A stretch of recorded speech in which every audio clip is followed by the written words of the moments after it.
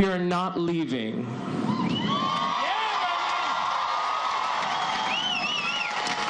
We are here to stay.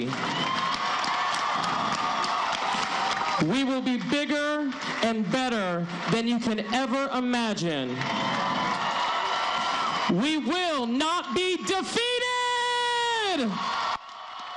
A powerful declaration in the wake of terror. Orlando unites to show love will conquer hate. A display that defines the strength of the city beautiful. Good evening, I'm Matt Austin. And I'm Lisa Bell. Hundreds of people from all walks of life gathered tonight, including the men and women who work at Pulse. Our team coverage begins tonight with Sashel Saunders live outside the Dr. Phillips Center in downtown Orlando for the One Orlando Vigil. Sashel. Yeah, Matt, Lisa, this was love in action tonight. You can tell it here by all of the flowers and candles in this growing memorial here, but you can really tell it by the people who came out, the people who are still lingering here tonight, who are comforting each other. This is no longer your fight. This is our fight. That we will not be silenced. Love will defeat hate.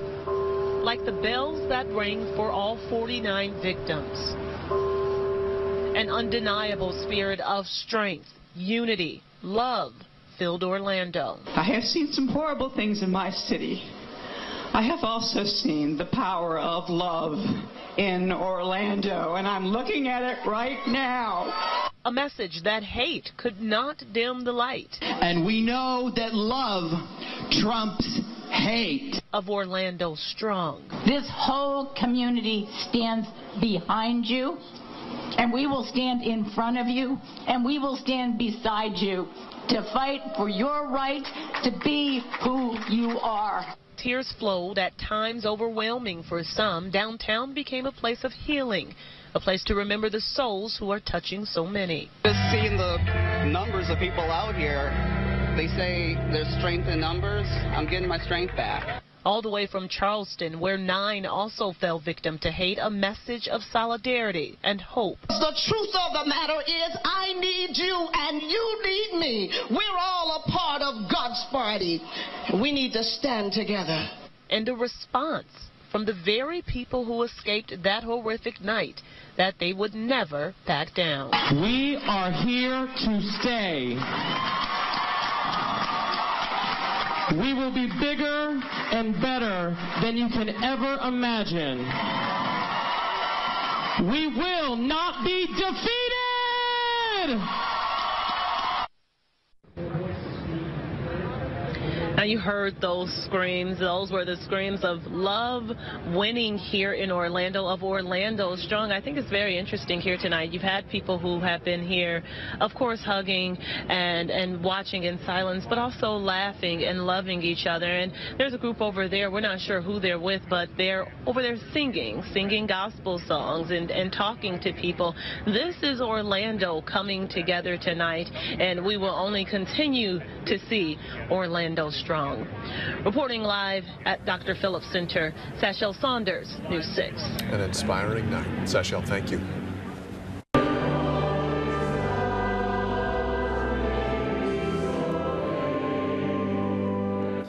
Just as powerful tonight, the sounds of church voices inside St. James Cathedral. The church held what it called a vigil to dry tears. President Barack Obama will come to Orlando on Thursday. The White House says the president will travel to pay his respects to the victims' families. And late tonight, the city released the name of the final victim taken in this tragedy, 25-year-old Geraldo A. Ortiz Jimenez. The news comes as we learn more about some of the other lives lost. Stanley Almodovar III was just 23 years old. Tonight, we talked to one of his friends who says she was supposed to be at the Pulse with Stanley. Here's Jennifer Ortega. It's very scary.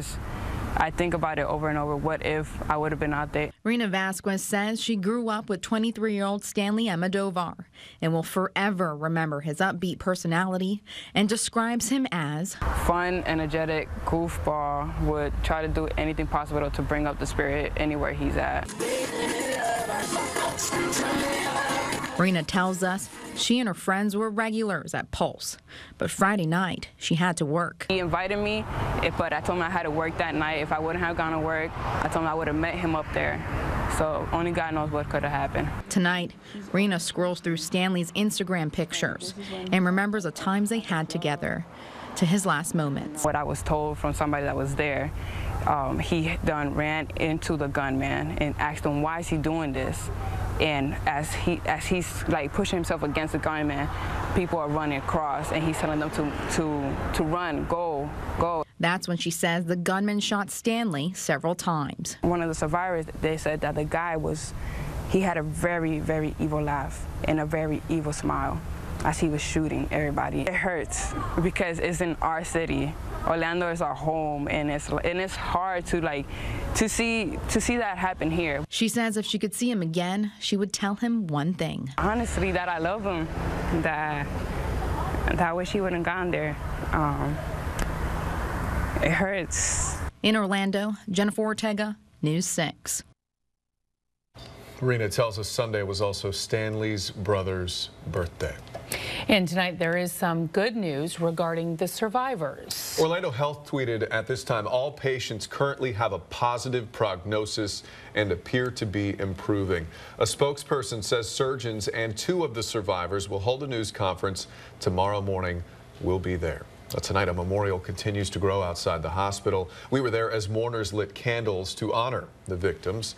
And just down the street, the investigation continues. These are live pictures near Pulse, where the endless work to try to understand what happened and how it went down presses on.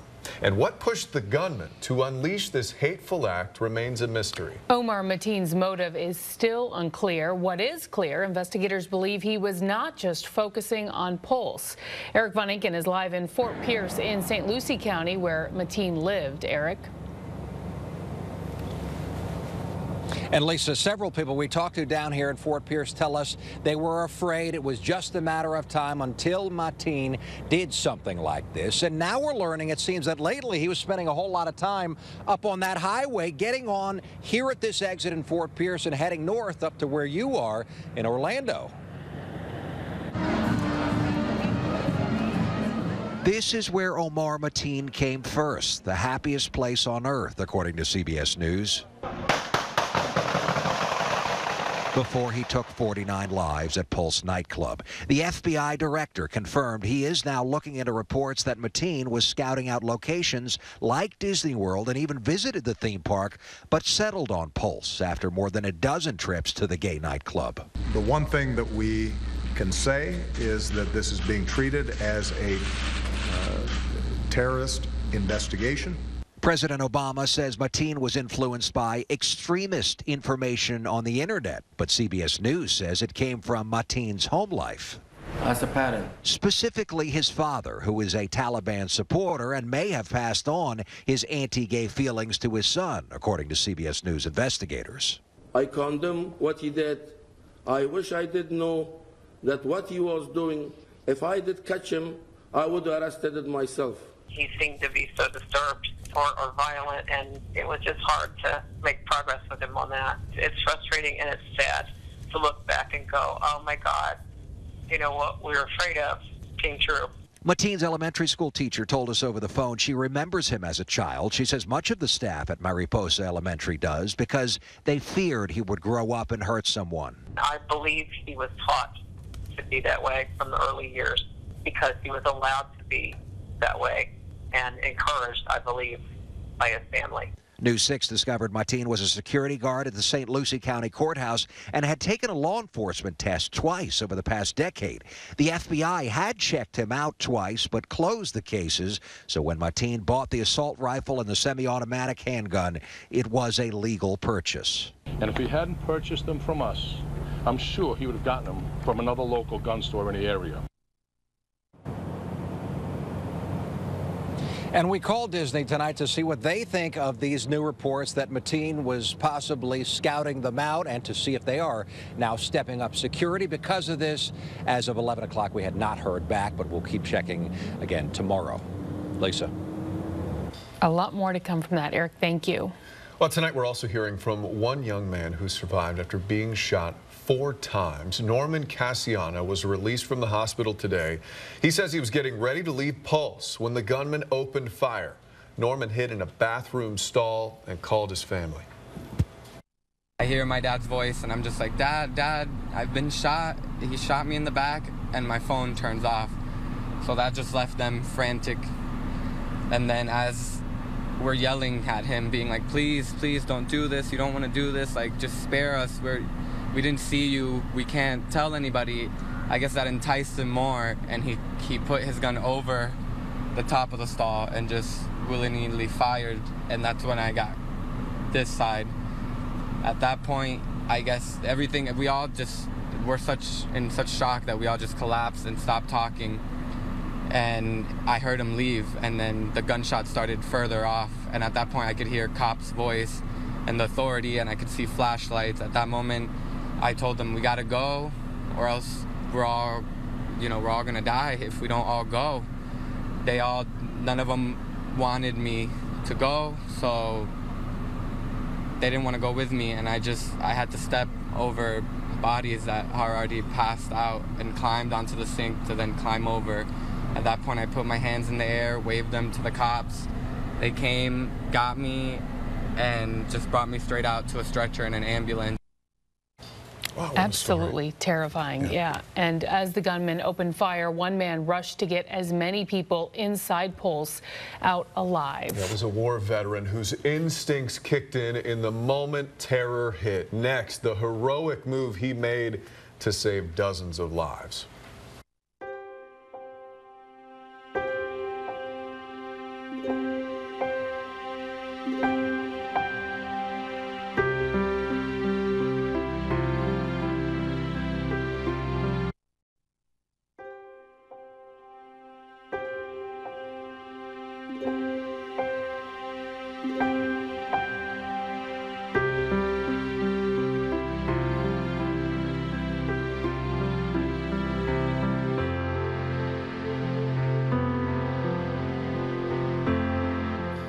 Tonight, friends continue to open their hearts to honor the victims. Shane Tomlinson was 34 years old with a powerful singing voice and a passion for entertainment. Here's James Sparvero. Friends of Shane Tomlinson are determined that his name not get lost in a long list of 49 victims shot and killed at Pulse. They spoke with us not to tell a story about death, but to tell a story about the most lively man they've ever met. Talented, strong, handsome, intelligent, wise. Big personality, friendly. Ask Romley Birch, loving, and Z Renta, one of a kind, to pick one word. Generous, kind. To describe their friend, Shane Tomlinson. Superstar. I was gonna say the same thing. And they can't really answer your question. Amazing, supportive. Open. They keep giving you more. Was it his joy to entertain people? Absolutely. It was his gift. We're gonna try this song one more time. Shane modeled and he sang all over Central Florida, including Disney and the Hard Rock. His band Frequency performed at Blue Martini in Orlando Saturday night. Wrapped by 1 in the morning, Shane then headed to Pulse. The shooting happened an hour later. To be sitting in my living room here today and to see his name scroll across the list, for him to be the martyr for our friend group, right. It's devastating. Romley and Z, as you would expect, shed tears with us. But they say Shane's story does not end here. He has touched so many lives. Because with every story, every recollection, this is not just a name on the list of an entertainer, a family man. He was an amazing uncle. And a friend. He lived a way too short life, but it was a huge life. Shane Tomlinson's spirit will carry on with a pulse unbreakable. In Orlando, James Sparvero, News 6. And as those fateful shots were fired, one man inside Pulse recognized the sound. A bouncer who served our country in Afghanistan, and his instincts saved dozens of lives inside the club. Here's Mark Strassman. He must have literally walked in as I walked to the back staff hallway, and that's when the shots went off. Imran Yousef, a bouncer at the Pulse nightclub, never saw the gunman Saturday night. Right after last call, he was making his rounds and barely missed coming face to face with Omar Mateen. Yousef, a 24-year-old Hindu, served as a U.S. Marine in Afghanistan. On Saturday night, he found himself in another combat zone. Shots go off. How many? The initial one was about 3 or 4. That was a shock. 3 or 4 shots go off, and you could just tell it was a high caliber. Everyone froze. I'm here in the back, and then people start pouring into the back staff hallway, and they just started to impact everyone. Yousef knew just beyond that pack of panicked people was a door and safety, but someone had to unlatch it. I'm just screaming, open the door, and no one's moving because they're scared. And there was only one choice: either we all stay there and we all die, or I could either take the chance to get shot, save everyone else. And I jumped over, opened that latch, and we got everyone as we can out of there. How many people went through the door? Probably over 60, 70. As soon as people found out that door was open, they kept just pouring out. You saved a lot of folks. I wish I could save more, to be honest. There's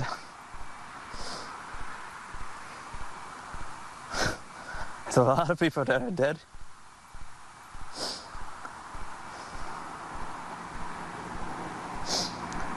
There's a lot of people that are dead. Before that interview, Yousef told me he really hadn't processed all the lives that were lost. But once he started talking to us about it, the tears kept coming. Mark Strassman, CBS News, Orlando.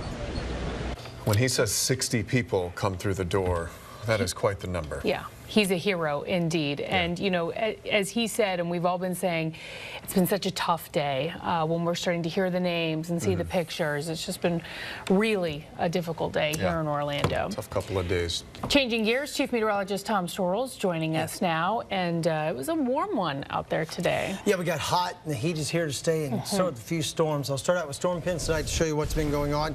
Here's a shot from Kenansville. Willie, big thunderstorm on the horizon there. That's kind of what we had late in the day. I think you'll see more of that again tomorrow. The flag at half-staff there at Daytona Beach. When they sent this one in, they said, as it should be. I like that.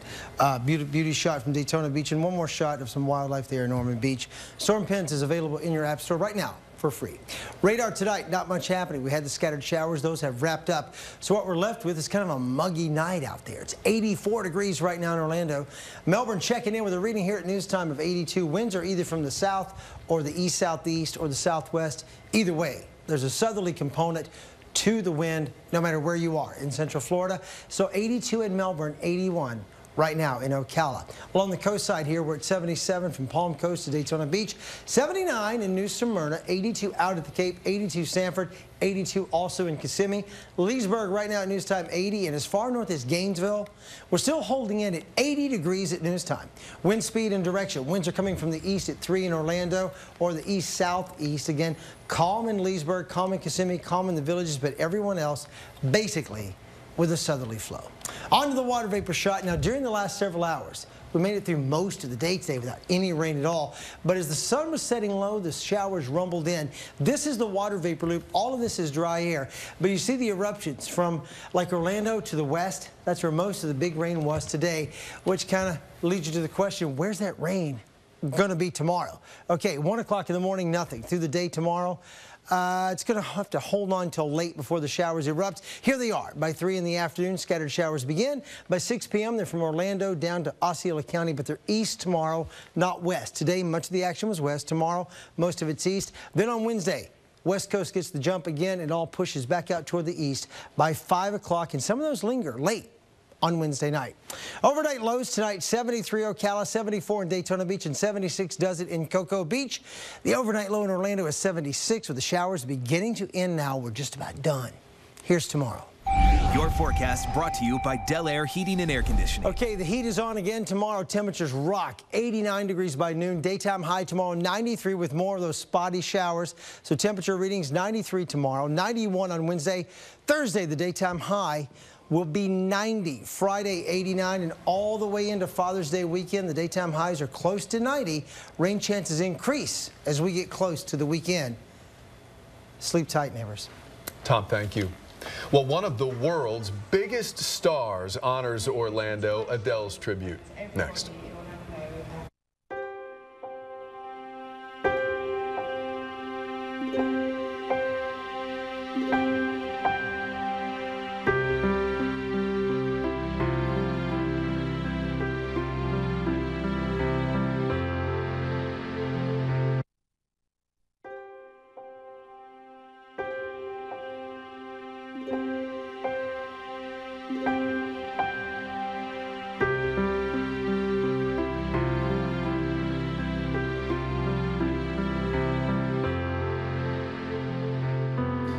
Singer Adele broke down in tears as she dedicated her concert to Orlando. She delivered the emotional tribute at the opening of one of her shows in Europe.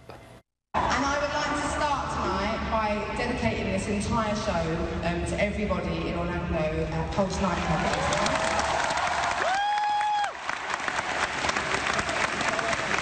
The LGBTQIA community is like my soulmate since I was really young, so I'm very moved by it. This was at her concert in Belgium last night. Adele tried to lighten the mood with some humor, saying, quote, "I don't know why I'm crying already," and said most of the songs she would be singing were going to be, quote, miserable. Two major airlines offering support for loved ones of the victims. JetBlue confirms to News 6 it will provide available seats for free to immediate family members and domestic partners of those killed and injured in the attack. Contact 800 JetBlue for details. A fee waiver is also in place for customers traveling to or from Orlando who need to make last-minute changes. JetBlue will also make a charitable contribution to support the victims and their families, we're told. Allegiant Air is also offering to help families of those wounded and killed. You need to contact their communications department. We have added a link that's inside our coverage of the Pulse tragedy right from the front page of clickorlando.com.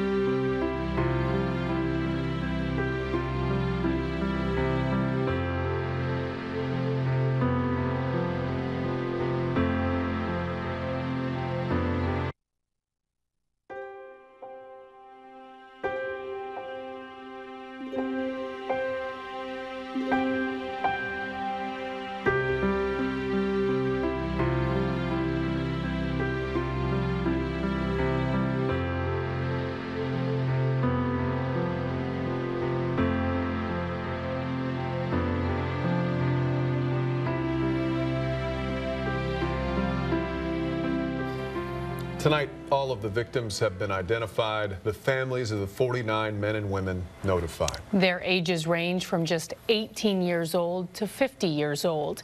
And tomorrow we will hear from some of these survivors who are still in the hospital. Two patients will tell their harrowing stories from the club. They're expected to talk at 10:30 in the morning tomorrow. News 6 will be there at ORMC.